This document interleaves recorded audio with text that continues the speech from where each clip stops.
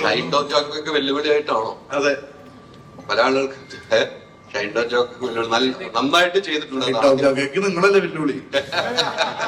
നന്നായിട്ട് ചെയ്തിട്ടുണ്ട്. ആദ്യം തന്നെ അതിനൊരു നല്ലൊരു താങ്ക്സ് പറയുന്നുണ്ട്. ഗംഭീരമായിട്ട് ചെയ്തിട്ടുണ്ട്.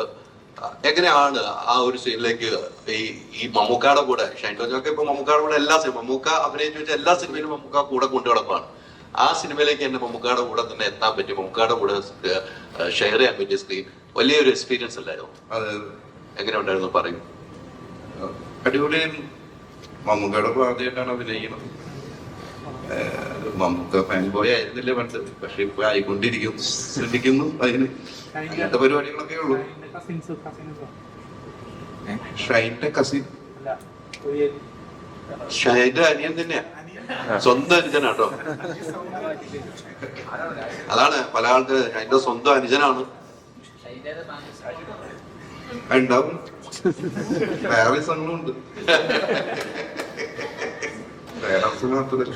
അല്ല, ഈ സബ്ജക്ട് കേട്ട് കഴിഞ്ഞപ്പോൾ എങ്ങനെയാണ് ചേട്ടനോട് അഭിനയിക്കുന്ന സിനിമ ആരാണ് വിളിക്കുന്നത്? ആദ്യമായിട്ട് ഞാനും ചേട്ടനും ആദ്യമായിട്ട് സ്ക്രീനിൽ ഒരുമിച്ച് വരുന്ന പടമാണിത്.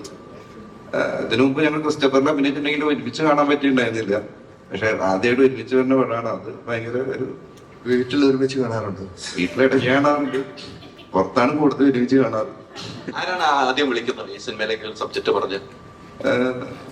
ആഷിക്ക് പറഞ്ഞിട്ട്, ആഷിക്കും വിരുന്നും അങ്ങനെയൊക്കെ പറഞ്ഞിട്ട് ഡീന തന്നെയാണ് വിളിക്കുന്നത്.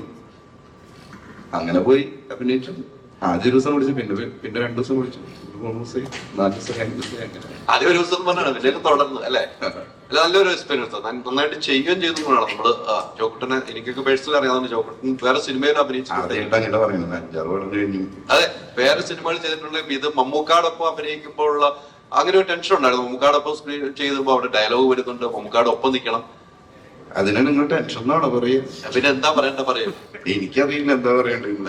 ജോക്കുട്ടൻ എന്താണ് അനുഭവിച്ചത്? എനിക്ക് അനുഭവിച്ച എന്താന്ന് പറയാൻ പറ്റുന്നില്ലല്ലോ. നമ്മുടെ ഷൈജന്റെ സിനിമകളിലെ ഒരു പാറ്റേൺ നോക്കി അറിയാം. പുള്ളിക്കാരൻ ചെയ്തു വെക്കുന്ന ഒരു പ്രത്യേക ഒരു സ്വാഗ് ഉണ്ട്, അല്ലെങ്കിൽ പുള്ളിക്കാരൻ ചുറ്റും ആക്ഷന്റെ രീതികളൊക്കെ ഉണ്ടാവും. എപ്പോഴെങ്കിലും അത് എന്തെങ്കിലും ഇൻസ്പയർ ചെയ്യണം, അല്ല അതൊന്ന് ഫോളോ ചെയ്യണം എന്ന് തോന്നിയിട്ടുണ്ടോ? ചെറുപ്പം മുതൽ തോന്നിയിട്ടുണ്ട്. ചെറുപ്പത്തിലുള്ള ചേട്ടൻ കണ്ടിട്ടുണ്ടോ? ഇല്ലല്ലോ. ഇപ്പോഴുള്ള ചേട്ടനെ കണ്ടിട്ടുള്ളൂ.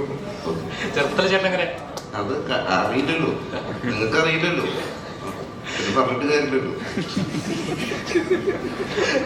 അല്ല, ഇപ്പൊ ചെയ്യണം തോന്നിട്ടില്ല, ഇപ്പൊ ഏതെങ്കിലും ഫോളോ ചെയ്തിട്ടുണ്ടോ? അതന്നെ ചെറുപ്പത്തിലുള്ള ചേട്ടനെ കണ്ടിട്ടുണ്ടോ? ഇപ്പോഴുള്ള ചേട്ടൻ അത് ഞാൻ ചെറുപ്പം മുതലുള്ള കഥ പറയണ്ടേ? 10-35 കൊല്ലത്തെ കഥയിട്ടുള്ളൂ.